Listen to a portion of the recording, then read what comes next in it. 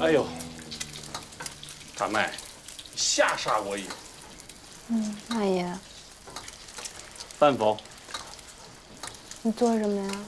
米粉，尸体米粉。尸体米粉。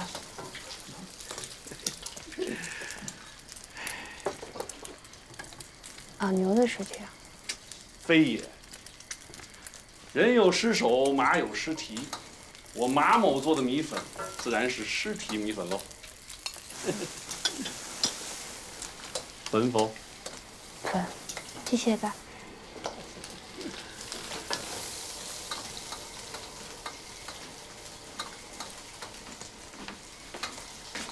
写作没灵感啊？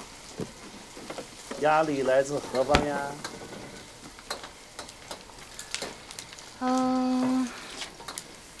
读者的评论、收入，还有写不出来。缘何写不出来啊？收入和读者评论，恶性循环。家里支持吗？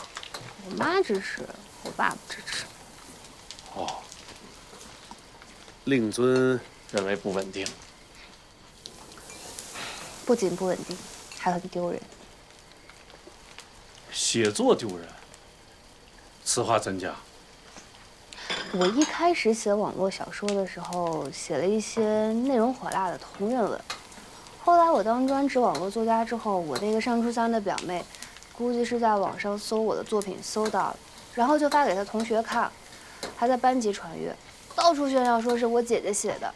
然后这事儿就被她班主任知道了。那班主任调查清楚情况之后，就找到了隔壁班的周老师。周老师是我爸，然后我爸就在学校出名了。啊！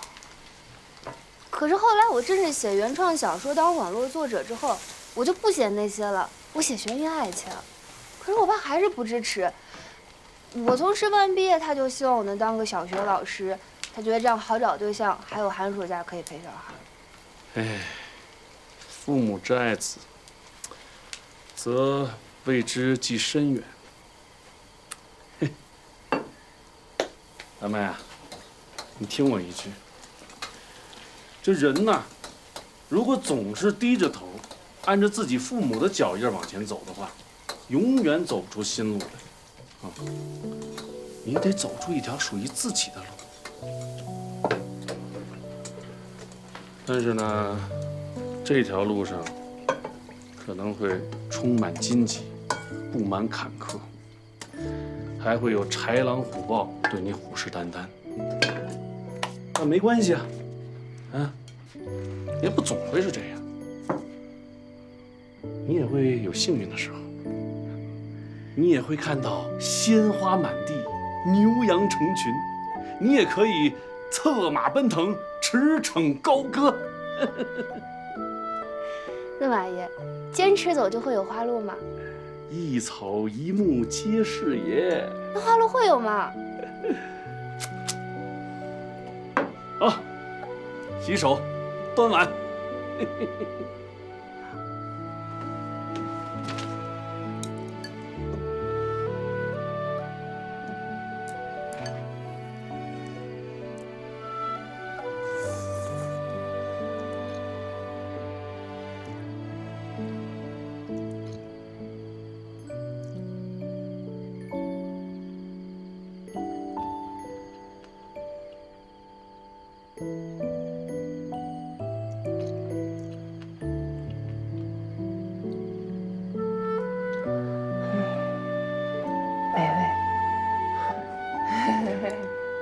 就等这句呢。马爷，你还没有回答我会有花路吗？誓不言。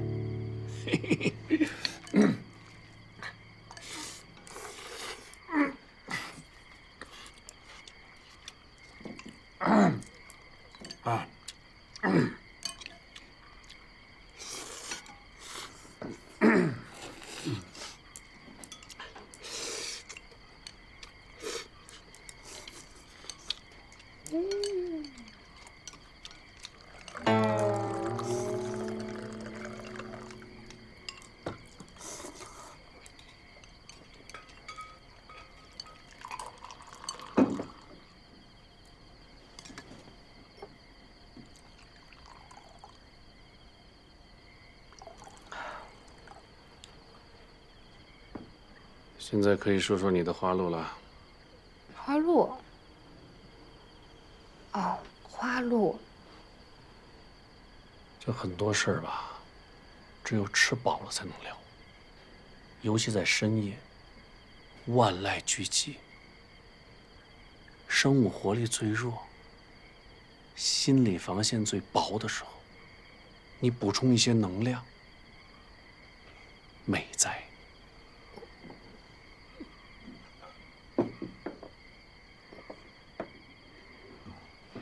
跟你说个实话吧，至于这个花路，还真不一定有。就像我的一个朋友，之前特狂啊，这世界上没有他办不成的事儿。互联网最昌盛的时候，什么都干。小子运气还不错，爱追风口，他还每次都能赶在风停之前全身而退。后来越做越大，哎呀，狂了，在北京最豪华的那个科技园区租了几层的办公室，1万多平，雇了几百个员工，说要大干一场。他说搞就要搞最大的，结果搞砸了。之前几年赚的全赔进去了，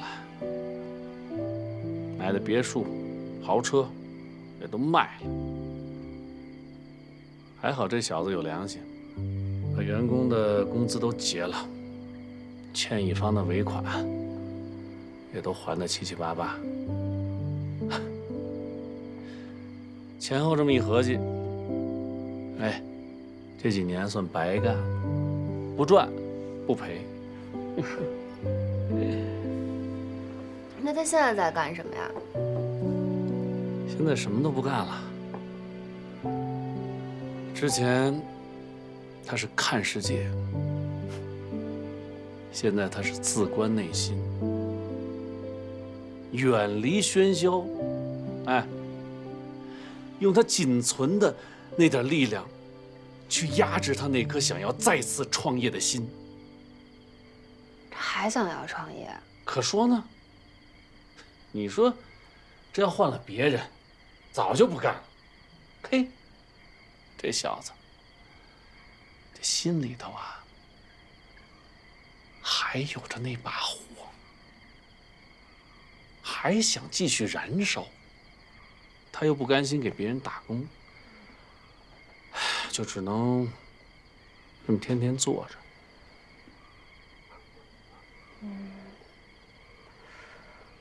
我觉得他是对做别的事儿提不起兴趣吧。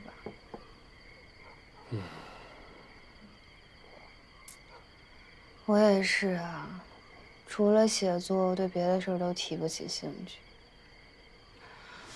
啊，但是人有时候就是要面对现实呀。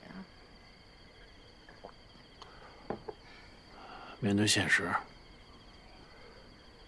面对什么现实28岁的小透明作者，可怜的订阅量，大量的悼文，读者的恶评，家人不信任，和漆黑的一片前路。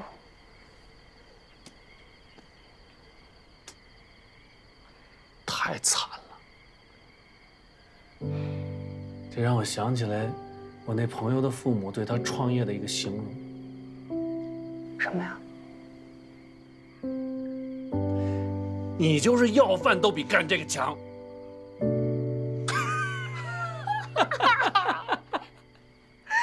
真的呀？